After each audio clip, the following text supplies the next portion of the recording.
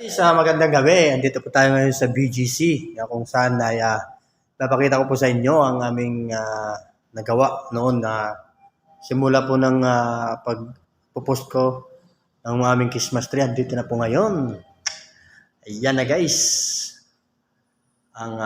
Mayroon pang isa, mayroon pang natitira. Yun ang titirahin namin ngayon. Yung pag-uutihan, di ba? At syempre mayroon na pong natapos. Ito po ang pinaka main light.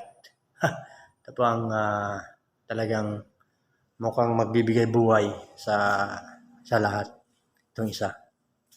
Diba? Siyempre may kasama siya. Ito. Yan. Marami din naman yan. Diba? Talagang isa na lang yung kailangan decorate, lalagyan ng mga ribbon. I-decorate. Diba? At yan ang, yun nga, tatrabahoin namin. Yan. Madali lang naman yan. Para kahit maka 2 hours kami, okay na rin.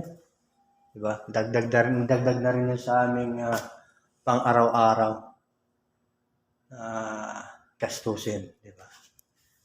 Makaupag-OT ng 2 hours. Ayun, at maraming salamat po sa inyo, sa inyong walang sawang suporta sa akin, di ba? Maraming salamat at maraming salamat sa pagsubaybay sa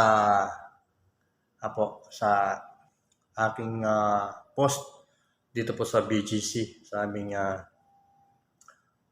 Christmas tree. Hindi naman po yung Christmas tree kasi hindi naman po yung kahoy, kaya Christmas ano ba tawag dyan? Iwan ko, kayo na lang pong bahala. Kasi kapag Christmas tree, kasi kahoy yun eh. Kahoy yung ginagamit. Ngayon, hindi naman po kahoy yung gamit namin, bakal. Kaya Christmas bakal kaya. Yun, nagpapatawa lang po tayo. Maraming salamat at magandang gabi po sa inyong lahat.